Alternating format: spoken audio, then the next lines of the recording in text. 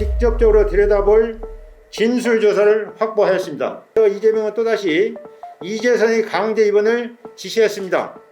구성수는 안 된다고 했습니다. 그러자 이재명이 이형선을 지목하며 그럼 이형선 소장이 강제 입원을 시켜 라는 취지로 말했습니다. 정신보건센터 관련 업무는 분당보건소가 책임지고 있었기 때문에 분당보건소장만이 할 수 있는 실정이었습니다. 구성수는 다시 강제 입원이 불가함을 전달했습니다.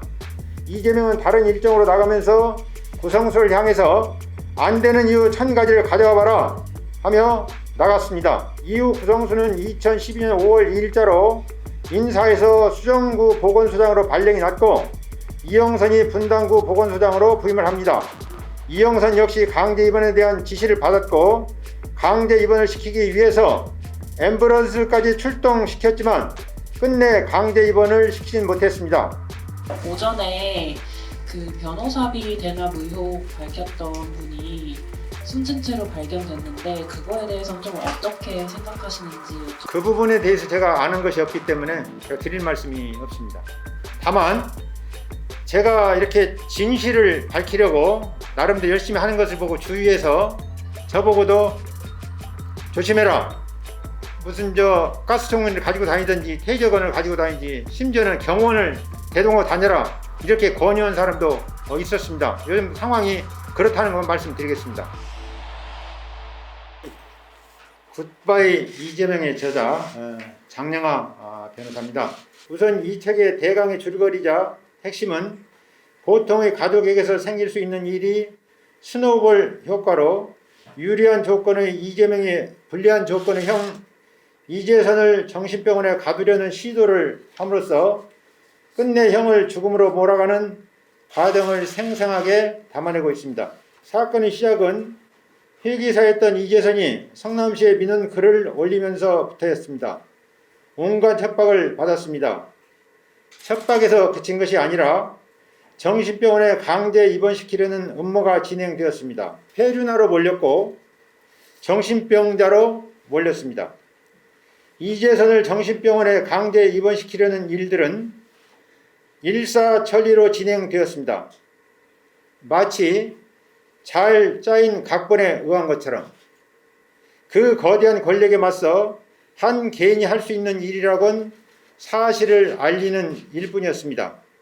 그렇지만 일단 꽂힌 것은 무조건 끝을 보는 권력자의 옥점은 더더욱 거셌습니다. 이재선이 사실을 알리면 알릴수록 안 좋은 방향으로 휘둘렸습니다. 급기야 40여일간 정신병원의 신세를 지면서 이 지난한 싸움은 죽음이란 막다른 골목을 마주하게 되었습니다. 그 과정에서 사건의 진실은 거짓으로 점철되었습니다.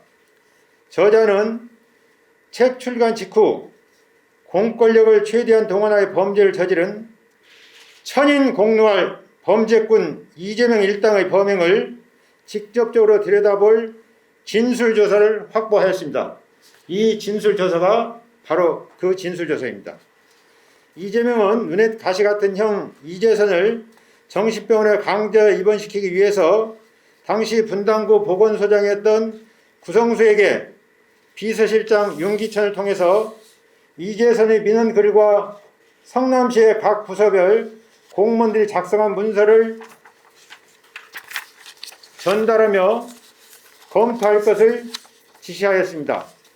그러면서 검토한 후에 그 내용을 바탕으로 정신보건법 제25조 제1항에 의해 시장 군수 등에 의한 강제 입원이 가능한지 여부를 검토하라고 하였습니다.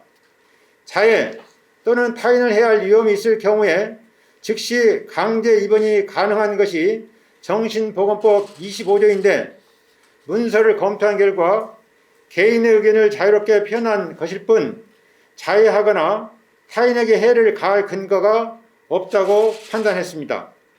더구나 정신질환이 있는 경우에 보호자 2명에 의한 입원도 할 수 있는 방법이 있는데 굳이 강제 입원을 고려한다는 것은 맞지 않다고 판단한 것입니다. 그 의견을 이재명에게 전달했고 그러자 이재명은 더 많은 검토를 해보라고 했습니다. 그리하여 이영문 정신과 전문의에게 그 서류를 보여주고 자문을 구했는데 그 역시 구성수와 같은 의견이었습니다. 이에 당시 성남시 정신보건센터장 장재승에게도 자문을 구했는데 마찬가지였습니다. 그 의견 역시 이재명에게 전달했습니다. 그러자 이재명은 장재승의 의견을 문서로 가져오라고 하여 의견 형식으로 문건을 보았을 때는 조울증이 의심되나 정확한 진단을 받기 위해서는 대면 진단을 거쳐라. 문건을 통한 평가라는 의학적 효과가 없다는 취지의 평가 의견서를 메일로 받고 그것을 출력해서 이재명에게 전달했습니다. 전문가도 아닌 이재명이 중간중간 연필로 긋고 고친 후에 좀 더 강한 내용으로 다시 고쳐오라고 하여 다시 고쳐간 평가 의견서의 작성자 장재승의 도장을 받아오라고 하여 서울대병원 직인이 찍히는 진단서가 아니라 단순 의견서이기 때문에 개인 막도장을 받아서 이재명에게 전달했습니다. 구성수는 그것이 끝인 줄 알았습니다. 2012년 4월 초순경 구성수는 이재명 시장실로 불려갔습니다. 그 자리에는 이재명, 윤기천 비서실장, 백종선 수행비서, 정진상 정책실장이 있었습니다. 구성수는 그 자리에서 이재명에게 다시 한번 정신보건법 25조에 의한 강제 입원이 안 된다고 말을 했습니다.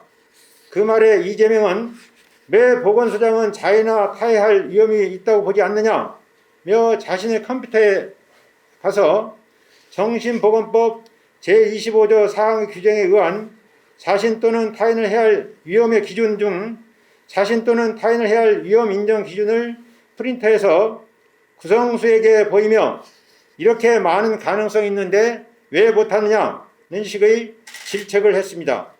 구성수는 계속해서 의학적 판단으로는 강제 입원이 불가능하다고 답변을 했습니다. 그리고는 시장실을 나오는데 정진상 정책실장이 구성수에게 3명의 보건소장이 강제 입원할 방법을 찾아봐라 라고 했습니다. 그 다음 주 구성수는 수정구 보건소장 이형선, 중원구 보건소장 최대식과 함께 시장 비서실을 찾았습니다. 마침 정진상 비서가 있었는데 그가 이재선의 강제 입원 방법을 빨리 찾아봐라 라고 하여 그 사실을 처음 알게 된 최대식이 깜짝 놀라는 상황이 벌어졌습니다. 옆에 있던 이형선이 구성수에게 왜 최대식을 데리고 왔느냐고 질책하듯 말했고 그 길로 최대식은 돌아갔습니다. 시장실에는 이재명, 윤기천, 정진상, 백종선, 이형선과 구성수가 있었고 그 자리에서 이재명은 또다시 이재선의 강제 입원을 지시했습니다. 구성수는 안 된다고 했습니다. 그러자 이재명이 이형선을 지목하며 그럼 이형선 소장이 강제 입원을 시켜 라는 취지로 말했습니다. 정신보건센터 관련 업무는 분당 보건소가 책임지고 있었기 때문에 분당 보건소장만이 할 수 있는 실정이었습니다. 구성수는 10년 넘게 행정 업무를 본 당사자로 이 사실을 이재명에게 확인시켰습니다. 이번에는 윤기천이 A4 용지에 이재선의 어머니 구호명이 자필로 작성한 의뢰서를 내놓았습니다. 아들 이재선이 정신적으로 문제가 있으니 치료를 받아야 하는데 치료를 받지 않으니 정신보건센터에서 치료를 받을 수 있게 도와주세요 라는 내용이었습니다. 정식으로 의뢰서가 접수되어 의뢰서에 대한 검토를 한 셈입니다. 문제는 이재선 주소였습니다. 의뢰인 구호명은 성남시 중원구였고 대상자 이재선은 용인시에 거주했기 때문에 성남시에서는 처리할 수가 없었습니다. 구성수는 다시 강제 입원이 불가함을 전달했습니다. 그러자 윤기천이 누구 앞에서 법을 해석하느냐, 어디에 주거지에 소속 시에서 하게 되어 있느냐고 따졌고 이재명은 다른 일정으로 나가면서 구성수를 향해서 안 되는 이유 1000가지를 가져와 봐라 하며 나갔습니다. 이후 구성수는 2012년 5월 2일자로 인사에서 수정구 보건소장으로 발령이 났고 이영선이 분당구 보건소장으로 부임을 합니다. 이영선 역시 강제 입원에 대한 지시를 받았고 강제 입원을 시키기 위해서 앰뷸런스까지 출동시켰지만 끝내 강제 입원을 시키진 못했습니다. 그리고 강제 입원과 관련된 분당 보건소의 서류들은 이재명 비서실의 지시로 파기되었습니다. 이재명의 지시임이 분명하다고 할 것입니다. 저는 추가로 처벌할 이재명 일당들의 두 가지 범행을 찾아냈습니다. 첫째는 형법 124조의 불법 체포감금죄, 미수범도 처벌하며 법정형이 7년 이하의 징역입니다. 둘째는 형법 제141조의 공용서류 파괴죄입니다. 7년 이하의 징역으로 둘 다 공소시효가 10년인데 앞으로 몇 달 남았습니다. 세상을 바르려고 금명간 본인이 지난 선거법 등 고발에 이어서 직접 추가로 범죄꾼 이재명 일당을 응징하기 위해서 고발합니다. 세상은 길게 보면 사필 규정입니다. 오전에 그 변호사비 대납 의혹 밝혔던 분이 숨진 채로 발견됐는데 그거에 대해서는 좀 어떻게 생각하시는지 여쭙습니다. 그 부분에 대해서 제가 아는 것이 없기 때문에 제가 드릴 말씀이 없습니다. 다만 제가 이렇게 진실을 밝히려고 나름대로 열심히 하는 것을 보고 주위에서 저보고도 조심해라, 무슨 가스총을 가지고 다니든지 테이저건을 가지고 다니지, 심지어는 경원을 대동하고 다녀라, 이렇게 권유한 사람도 있었습니다. 요즘 상황이 그렇다는 것만 말씀드리겠습니다. 제가 거기에 드릴 말씀이 없습니다. 네.